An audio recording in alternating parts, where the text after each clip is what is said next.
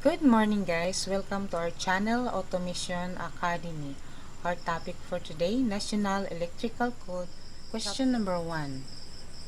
Items in the code that identify actions that are specifically required or prohibited are considered which of the following?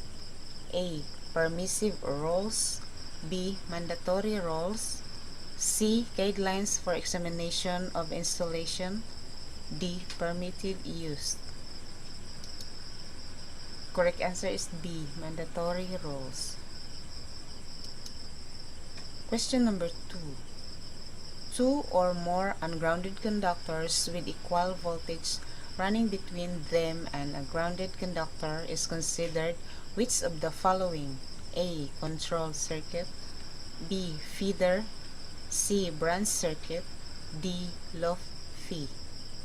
Correct answer is C. Branch circuit. Question number 3.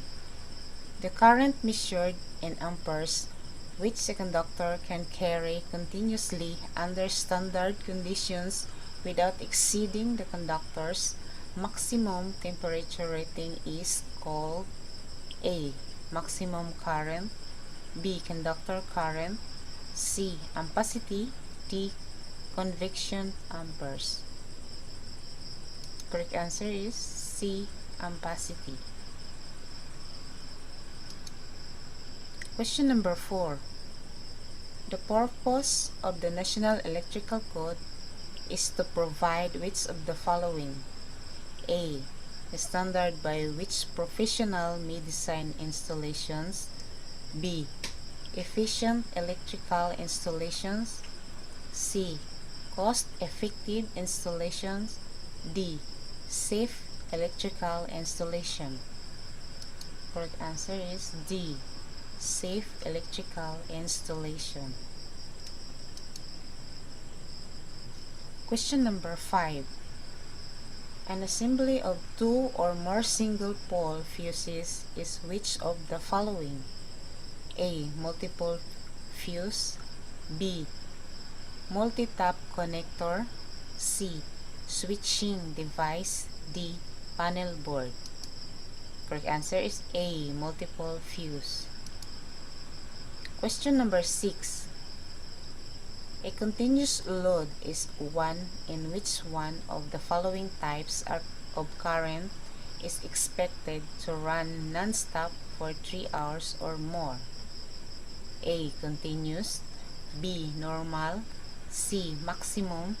D. Limited. Correct answer is C. Maximum. Question number 7. A branch circuit where two or more ungrounded conductors with a potential difference between them and a grounded conductor with equal potential difference between it and each ungrounded conductor is referred to as which of the following? A. Continuous low feed system. B. Multi-wire. C. General purpose circuit. With D. Regulated branch circuit. Correct answer is B. Multi-wire. Question number 8. Limiting the total quantity of circuits in any given enclosure does which of the following? A. Minimizes the effects of a short circuit in one circuit. B. Eliminates overexpansion in the future. C. Provides easy access to qualified workers. D. Provides a standard for the authority having jurisdiction. Correct answer is A. Minimizes the effects of a short circuit in one circuit. Question number 9. A device that de-energizes a circuit or a portion of a circuit within an established time frame when a current to ground exceeds the values determined for a Class A device is which of the following? A. Circuit breaker. B. Fuse. C. Ground fault interrupter. D. Voltage regulator switch. Correct answer is C. Ground fault interrupter. Question number 10. A device that protects a motor against overheating and is an integral part of that motor is considered which of the following? A. Integral fuse. B. Ground fault protector. C. Thermal protector. D. Shunt trip switch. Correct answer is C. Thermal protector. Question number 11. A reliable conductor used to ensure that required conductivity between metal parts which are to be electrically connected is called which of the following? A. Connector. B. Bonding jumper. C. Insulated conductor. D. Branch connector. Correct answer is B. Bonding jumper. Question number 12. When a single piece of equipment is within sight of another piece of equipment, the pieces must be within how many feet of each other? A. 10. B. 25. C. 4.5. D. 50. Correct answer is D. 50. Question number 13. Circuit voltage is best defined as which of the following? A. Average potential between two conductors. B. Maximum potential difference between two conductors. D. Effective difference of potential between two conductors. D. Total amperes produced between two conductors. Correct answer is C. Effective difference of potential between two conductors. Question number 14. The connection device installed at an outlet to allow for two or more contact devices at the same yoke is which of the following? A. Duplex outlet. B. Multiple receptacle. C. Slice connector. D. None of the above. Correct answer is B. Multiple receptacle. Question number 15. A large single panel assembly of panels containing mounted switches, overcurrent and protection devices, and buses is considered which of the following? A. Panel board. B. Switchboard. C. Automatic transfer switch. D. Service panel. Correct answer is B. Switchboard. Question number 16. A switching device utilized to isolate a circuit or equipment from an established power source is determined to be which of the following? A. Interrupter switch. B. Circuit breaker. C. Cutout. D. Disconnection switch. The correct answer is D. Disconnection switch.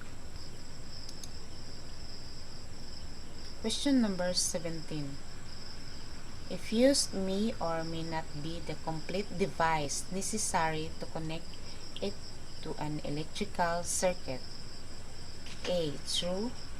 B. False. Correct answer is A. True.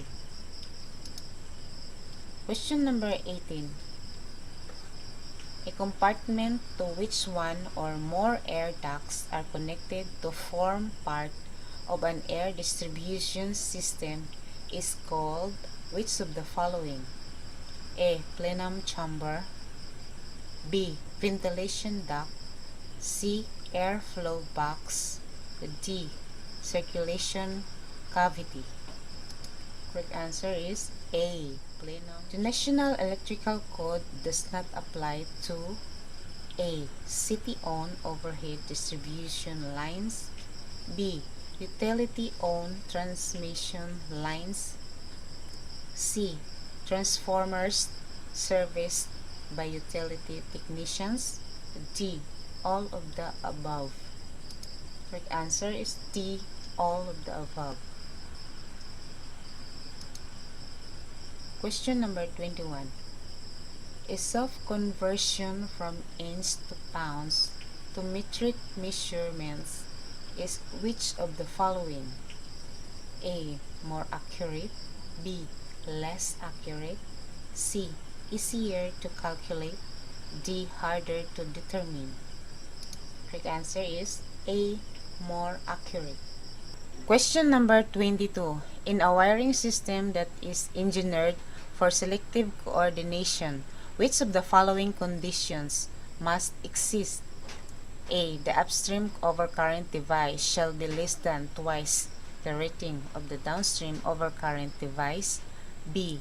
The upstream overcurrent device contains at least one fast-acting fuse, and the downstream overcurrent device is a circuit breaker. C.